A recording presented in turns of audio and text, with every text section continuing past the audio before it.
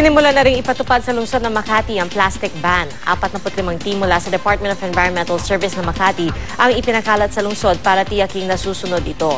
May ulat on the spot si Mark Salazar. Mark? Pia, sa wakas ay pinatupad na itong ordinansa ng Makati. Ito ay isang dekada na ang tanda ng ordinansa ito na nagre-regulate ng paggamit ng plastic sa syudad. Kada araw ay kumukolekta ng 2,400 cubic meters of garbage ang Makati at 38% niyan ay plastic. Bagay na gusto nilang kontrolahin na at nang mabawasan naman yung kanilang na-generate na basura. 45 teams nga itong ipinakalat kaninang umaga sa 9 major barangays ng Makati para mag-inspect. Ganito na ngayon na Pia sa Makati, bawal na yung plastic. Halimbawa, bibili ka ng ulam, sa dry goods, bawal talaga ang paggamit ng plastic. Pero kung halimbawa wet goods, bibili ka ng isda o halimbawa ulam, pwede yung plastic labo pero hindi basta-basta plastic labo. Dapat ito ay DOST approved at 15 microns na biodegradable na plastic. Nabibili ito sa City Hall ng Makati o kaya sa mga accredited na plastics maker. Dahil pag-alaman din sa inspection kanina, Pia, na napakaraming peke na biodegradable plastic na nabibili raw nila sa Divisoria. Ito yung pinagbabawal din. Pag nahuli ka, wala itong first, second o third offense. Pag nahuli ka, ticket agad at 5,000 ang penalty sa nagtitinda sa establishmento at 1,000 naman sa mamimili. Pero kanina sa pag-iikot namin sa Talipapa ng Barangay Olympia, isa sa pinakamalaking barangay ng Makati, ay hindi muna sila ganong kahigpit at nagbibigay ng konsiderasyon. Nanita lamang sila ng maraming violation at karamihan sa mga nagtitinda ay nagsasabing kulang daw ang information drive. Marami raw silang hindi alam na detalye sa ordinansang ito. Halimbawa, yung mga nagtitinda ng prutas, 'di ba, pag bumili ka ng kahon-kahon yan sa Divisoria, halimbawa peras, apple, nakabalot yan sa parang styrofoam para hindi malamog yung prutas. Sa Makati, bawal na rin ngayon yan. Yung mga kiat-kiat halimbawa na mayroong plastic na net, bawal na rin kasi ngayon yan. Dapat nire-repack mo yan kung balak mong ibenta rito sa Makati. Dahil pinagbabawal yan, pwede mo na lang ilagay siguro sa dyaryo o anumang biodegradable material. Ipinagbabawal yung mga plastic bag na iyong secondary packaging sa mga binibili mo. Yun namang mga plastic ninyo sa bahay, ayon sa City Hall ng Makati, pwede nyong idala o dalahin yan sa mga depository sa mga barangay hall dahil yan ay dadalhin naman nila sa mga recyclers. At Pia, magpapatuloy daw itong pag-iikot ng 45 teams sa ito araw-araw at batid naman daw ng Department of Environmental Services ng Makati na hindi naman din sapat yung pag-regulate mo lang ng paggamit ng plastic. Kung talagang halimbawa ay burara naman talaga yung mga tao. Bagay na pinaghihigpitan din nila, ayon sa Makati ay 70 kada araw ang kanilang huli sa anti-littering ordinance ng Makati at yan daw ay kasabay nilang paghihigpitan din ng pagpapatupad rin ng kanilang plastics use regulation. Pia. Mark, so sabi mo hindi sila masyadong mahigpit pa ngayon, no? Ibig sabihin may parang grace period kumbaga bago tuluyan na o bago ituloy yung aktwal na paniniket?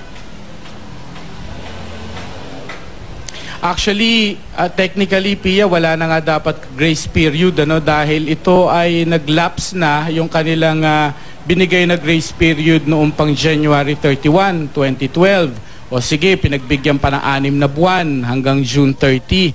Pero hindi na raw talaga dapat pwede. Kaya lang halimbawa nga, yung personal na sinamahan naming team, yun nga namang isang napakaliit lang na tindahan ng prutas halimbawa na may violation, iyon na agad papatawan ng 5,000 pesos na fine, di parang yan na yung puhunan mismo ng tindahan. So medyo may konsiderasyon na binigay yung team leader na sinamahan namin, pero binilinan niya naman na sana naman pagbalik namin dito sa same Talipapa na ito, sa same pwesto mo, ikaw ay noted na pagka naman ikaw ay nag-violate pa, para naghahamon ka na gusto mo na talagang maipasara. Kaya talagang titikitan na raw nila ng halagang 5,000 para sa kanilang paglabag, Pia. Okay, Mark, balikan ko lang din yung nabanggit mo, binebenta sa City Hall yung recyclable or biodegradable rather na plastic bag. Saan pa pwedeng bumili?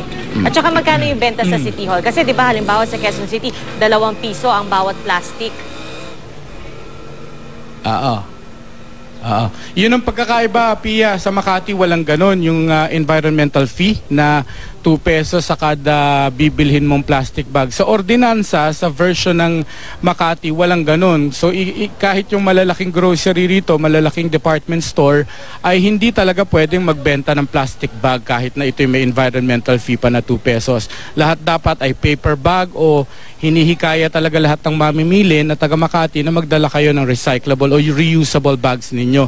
Dahil yan ang diferensya niyan sa Quezon City. Dito wala kang mabibili talagang plastic. Yung mabibili mong sinasabi kong 15 micron na DOST approved na biodegradable plastic, para lang to sa primary packaging. Kung halimbawa nga bibilhin mo bangus na sariwa, tilapia, ganyan, isda o ulam sa karinderya, kailangan mo talaga ng primary packaging na plastic. Pero yung manipis talaga ito at within 12 months ay madidegrade ito, matutunaw ito.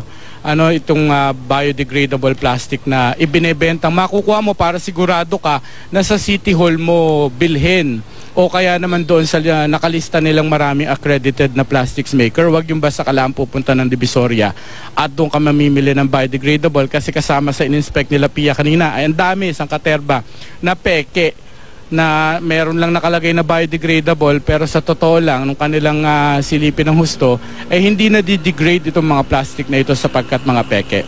Okay, so Mark, hindi pa tiyak kung magkano yon, kasi siguro mas mahal yon sa 2 pesos kasi nga talagang parang specially produced itong mga plastic bag na to.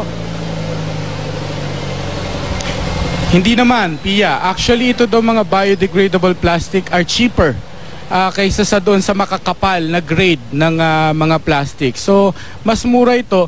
Sa kabilang banda, sa mga nakausap namin nagtitinda sa palengke, pabor nga sila doon sa plastics regulation, sa plastics use regulation, dahil nakabawas sa kanilang gastos. Dahil dati, yung kanilang customer, sanay na bibigyan sila ng plastic, doblehin pa.